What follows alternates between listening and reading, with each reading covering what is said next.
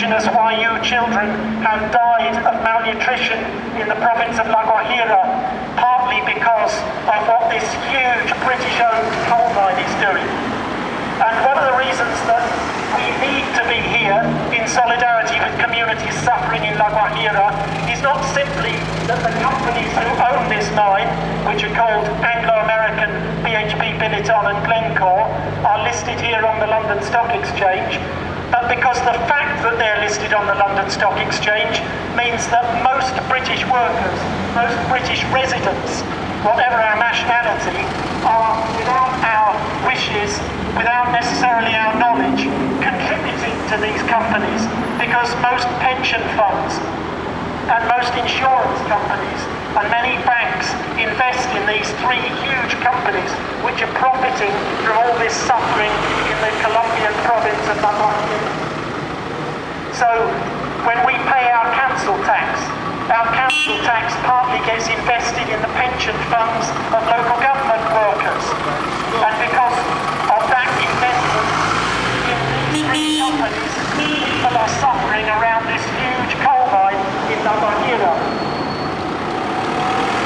The reason we've chosen this day, the 9th of August, is that it's a very significant day.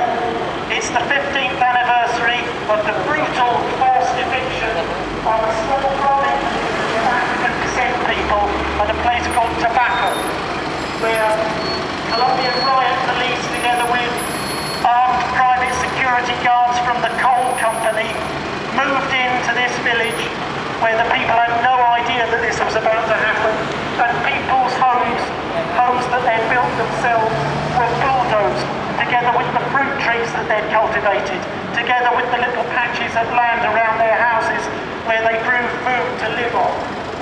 Without warning, they were bulldozed out of their houses. Some of the houses were bulldozed with people still in them, and of course there were injuries. And unarmed people who stood up against the riot police were beaten with batons, and it was a miracle that nobody. So we mourn that forced eviction, that brutal eviction, in support of these huge mining companies. And we mark the 15th anniversary of that eviction today. And that community of Tobacco still has not been resettled, despite the court order has not been enforced, and despite an agreement with the coal company at the end of 2008. So these huge, profitable, British-based companies, London-listed companies, continue to make massive profits and to pay their executives enormous quantities of money, while this poor African descent farming community continues to languish without land and many of them without livelihoods. But we also today are offering our solidarity primarily to indigenous Wayuu women who are planning a massive march where they are going to get thousands of indigenous and African descent women dressed in traditional Wayuu indigenous dresses, which are called mantas, and they're going to wear red dresses to protest against this Cerrejón coal mine water.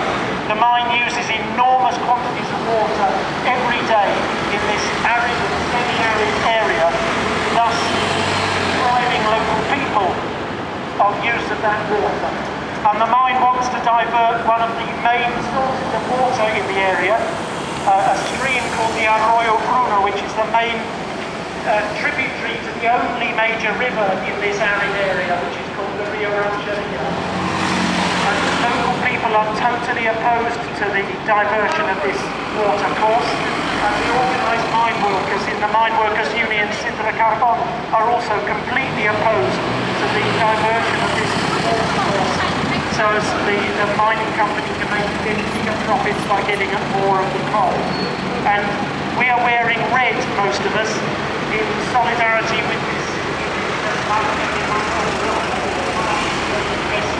Because for the Wayuu indigenous people, red symbolises life, because it symbolises blood, and it even symbolises water, because the water is the blood.